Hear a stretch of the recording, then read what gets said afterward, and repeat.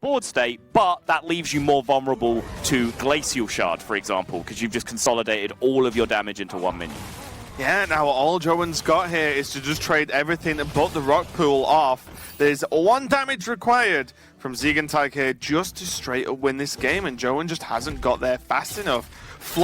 Not floating because he used the dagger, but almost floating 3 mana is not what you want to do as quest rogue. Rock pool Hunter Woo! From the heavens.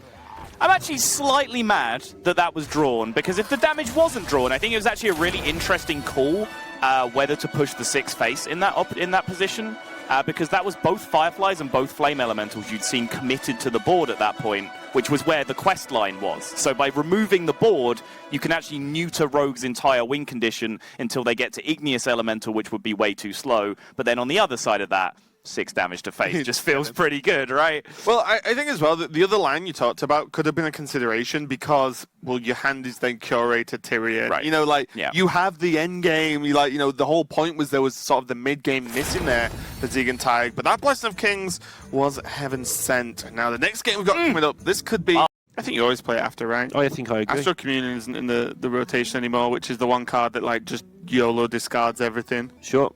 Even going to go Hot Coin. It's going to be Yogg. Gundam Flame needs something to happen here. Not attacking first, that means that things like Savage Roar can win him the game as well in some circumstances. Yeah, the 3 damage doesn't do anything, right?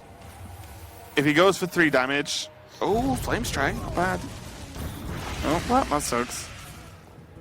Oh, Gundam Flame cannot believe it. The Blast Crystal on his own, Yogg-Saron. He did not pray enough. Ursi just smiled to himself. Ragnaros, plus the swing from the weapon, is going to finish this game. Finland take the first game versus Japan with the Paladin. And what's scary is Gundam Flame did not have the best of openings at all with that deck and still almost made it.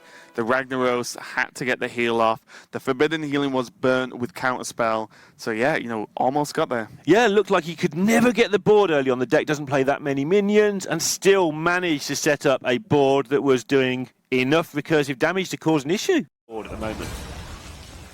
Metro going in the deck, and they could have just recreated a stealthed 5-1 there. That 5-3 regains stealth after it kills a minion, but a 5-1 in stealth is not much cop against a Taunt Warrior. They have so many ways to be able to eliminate that.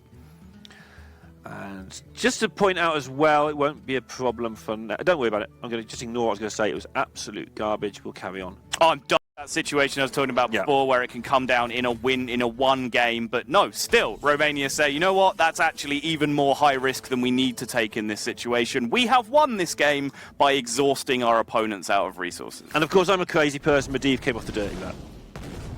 Yep. What did you say? Medivh came off the dirty rat earlier. What did you say in contrast to that? That I'm a crazy person. Oh, okay. Right. In case you hadn't noticed. Romania taking the 1-0 lead, needing to win 3-0 or 3-1.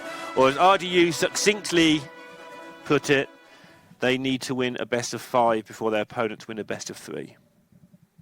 Only RDU could come up with that. I think the word succinct means that you've actually boiled something down to less complexity. That's far more complex than just saying they needed to win 3-1 or better.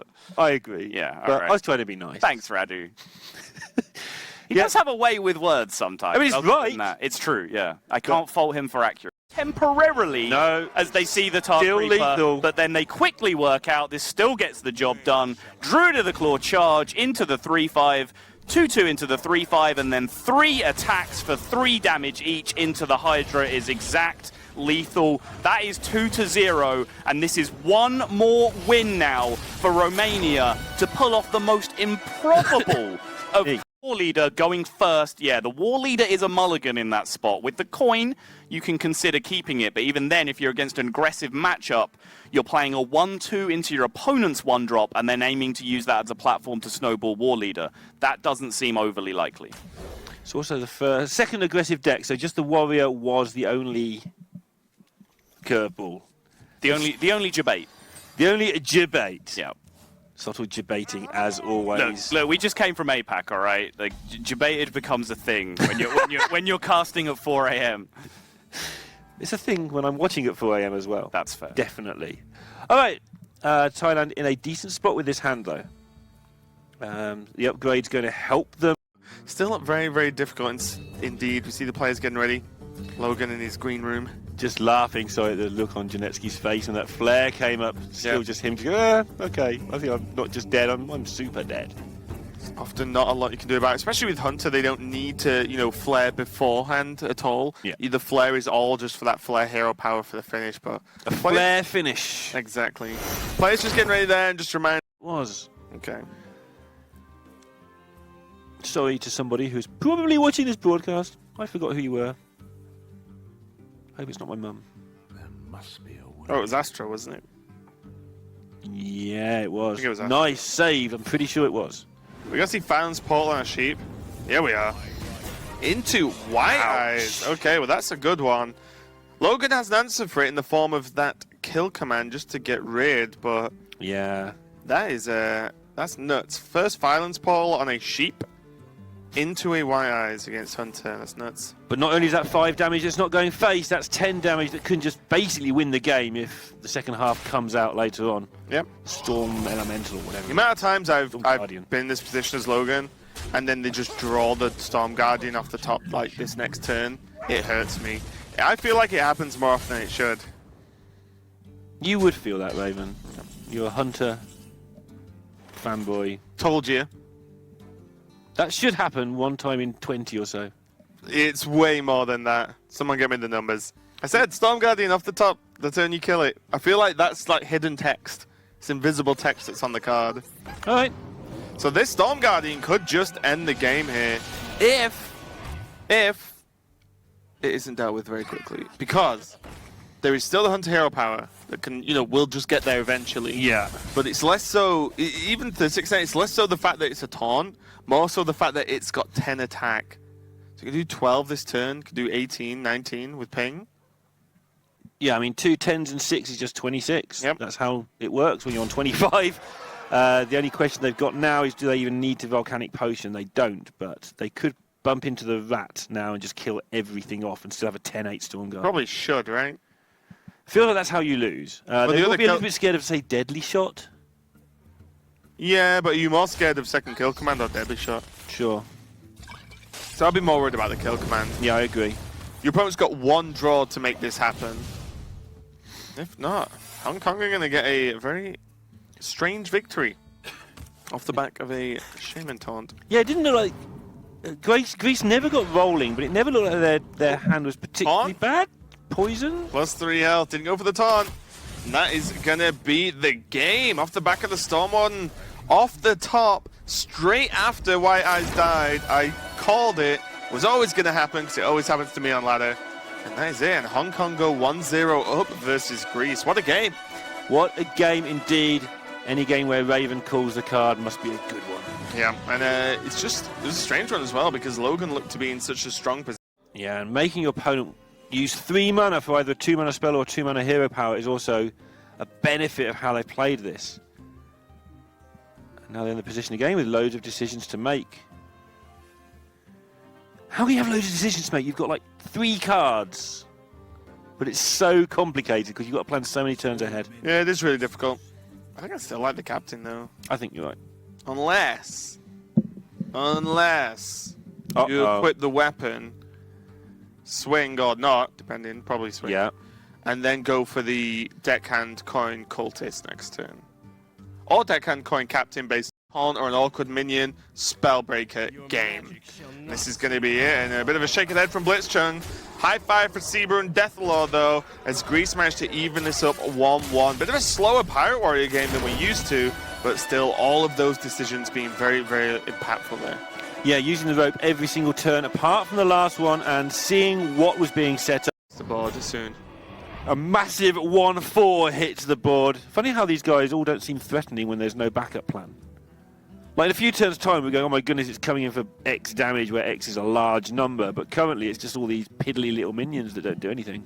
Yeah, I think we've got a bit of a spectator bug, so we'll just be whipping in and out of that very quickly for you guys. We didn't get to see what the Stonehill actually picked. Threat. Wow, it's a Hearth threat. Yeah, this was. Didn't need the stone. Didn't I? No. I could have just got... Anyway, Yep. keep teaching me, Raven. One day I'll learn to pun quickly and efficiently. I will try. They are going to be getting into the game now. Hong Kong versus Greece. Greece 2-1 up. The winner of this series overall will be going through into stage number 2 of the Hearthstone Global Games. Lakabos is going to... The other Murloc still has the poisonous. So that's still a bit of a problem. I mean, the Razor Leaf can just kill you. Yeah. So I think you have to poison us here.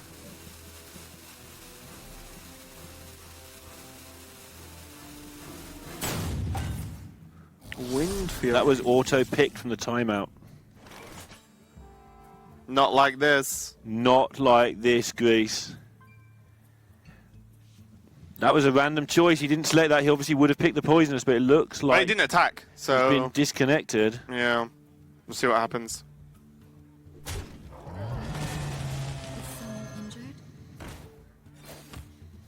Be heal on for the cleric draw here.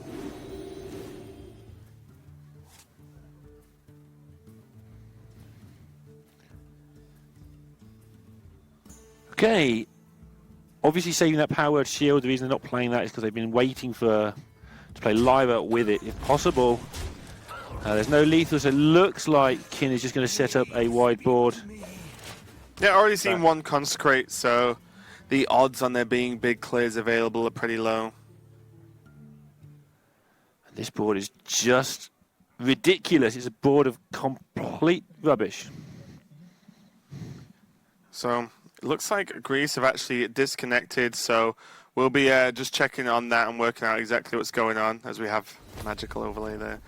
So we'll see what's going on there as we see Greece's view, but it's not gonna be too good because, as we said, we saw the Megasaur actually only buff the Murlocs and pick a random option. There was the Wind Fury that was the last option. It just decided to choose it and not attack. So Lakabos was disconnected. I believe that is going to be a loss for Greece. So it should be, as far as I'm aware, going 2-2. We will get that checked out, of course, and just confirm it for you guys. But that match was looking pretty grim anyway. Yes. There wasn't a great deal. Like, yes, there was Curator into Tyrion, but there was also just a hell of a lot of options from Hong Kong. There was still the Radiant Elemental on the board, the Acolyte of Pain with 1 to 2 draws at least, and then Powered Shield, Shambler, Lyra. Lyra into silence effect to get rid of exactly, Tyrion. It did look like Greece were probably going to lose that one anyway. 2-2 with 3 elementals in theory in his hand. He might be able to get this quest going pretty rapidly. And this may be a slightly slower build as well from Hong Kong, but it's hard to tell, obviously, because all of these are staple cards. But the more cards you see without too many Murlocs, although we have seen a Finger, the more it might be the slightly slower build. Yeah, well, regardless of build, it's definitely a slow hand now. Yeah. Tyrion, Sunkeeper, not great. Stonehill Defender, okay, but in this matchup, it's less about the early chip damage Rogue actually gets, as opposed to how quickly it gets the quest done. You see Valfins, that is something. But now Firefly, Shadow Step, Igneous Elemental, that's just the quest. If they can get the Igneous Elemental killed off. The Eye for an Eye is almost just a complete waste in this situation. So the secrets in general aren't particularly great against Hunter unless you get a nice board situation for a Noble Sacrifice where there's just 3/2s and stuff hanging around. But still, Getaway Kodo looked like it might have been the ideal choice. But he's going to pick up a Redemption here. Pyro and Redemption in the same turn is a possible play if it becomes appealing.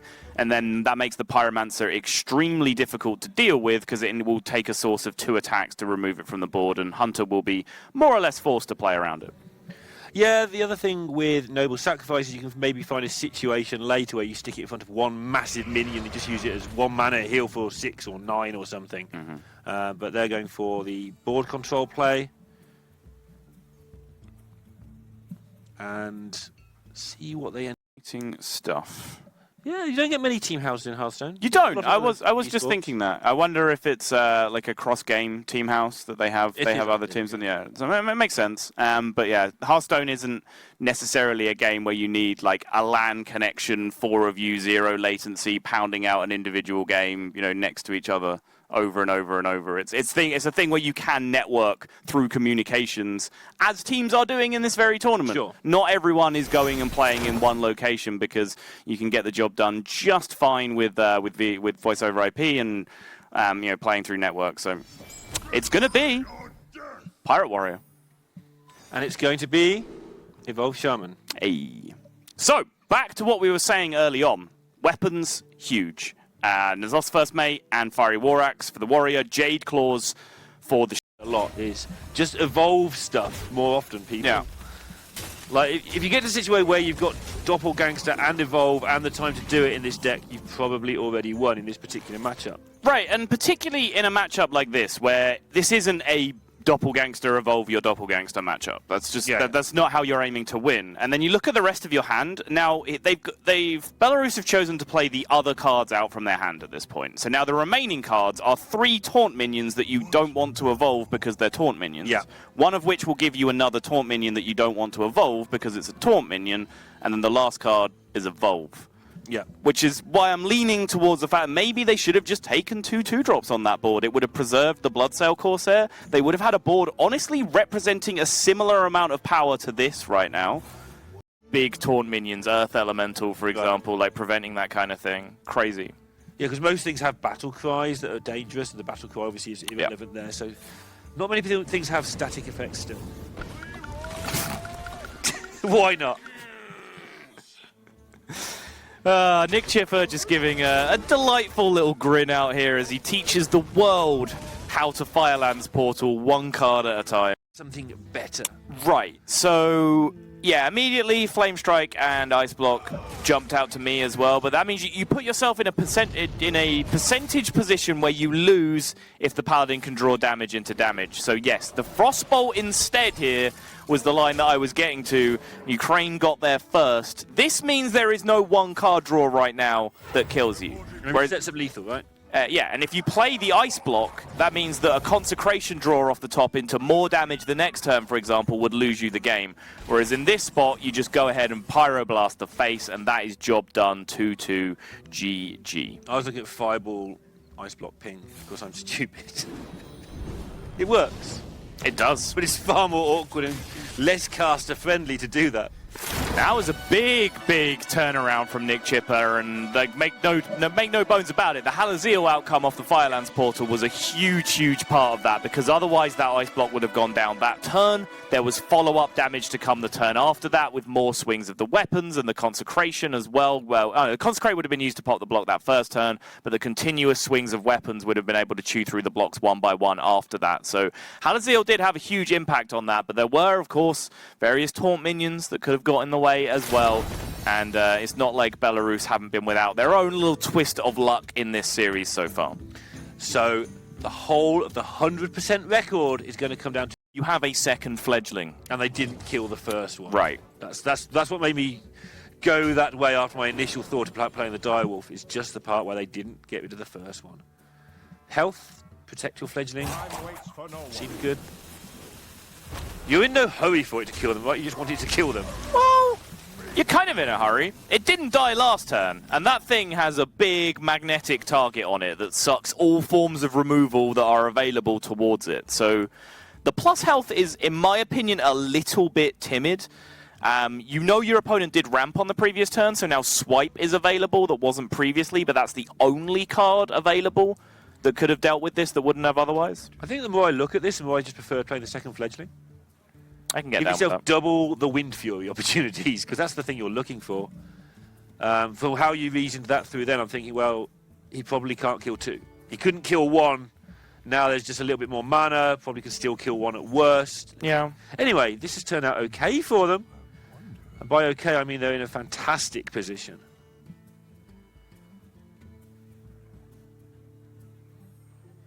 Kalento just, not only does he not have a great play, he doesn't have a decent way of doing it mana-wise either. So he's just going to play the biggest thing he's got, deciding that Aya's big enough next turn, and we'll worry about how to get the Jade Blossom into play later. Yeah, he's just trying to put the most awkward bodies that he can in the way of these minions, trying to encourage some trades to come out as much as he can. But, you know, the Jade Blossom, if the Jade Blossom had taken him this turn to 8 on the following turn, we might have seen that just to give himself Primordial Drake top deck out. You know, that way he would have had a chance to sweep out everything else and just leave the Primordial Drake taunting in the way of the Vicious spot, but they just need to find Wind Fury off one of these birds. That is the 3rd attack now with no Wind Fury offered. Interesting. You did say maybe they were timid with that one. Maybe it would have got a little bit more damage to it if they'd done it a different way. Just hold that back for later. And they're down to a 30% chance of getting the Wind Fury. And then, of course, any associated chances coming with just getting a swipe off the top and winning the game in the next turn or two. Taking plus attack on this one. This is the last push. The hands have gone up in the air. They're so mad, and quite rightly so. That's now 4 options, 4 sets of 3 in a row, of which none have been Wind Fury. That's absolutely unreal. Kalento's got a smirk on his face. He knows they haven't hit the Wind Fury. Well, he doesn't know, but he's believing this. And the choice to go Jade Blossom Gluttonous Ooze for Kalento on the previous turn has now put him into that Primordial Drake position that I was talking about before. That's the big deal here. But now the Tar Creeper coming down from Belarus is really, really clutch because it stops good trades happening from the minions that are on the board. Means that the Primordial Drake is less effective in this position, although still an incredibly big play for Ukraine. Yes, just finding this incredibly amusing. I'm sure they're not, but just how this is going on. So this is the play that was set up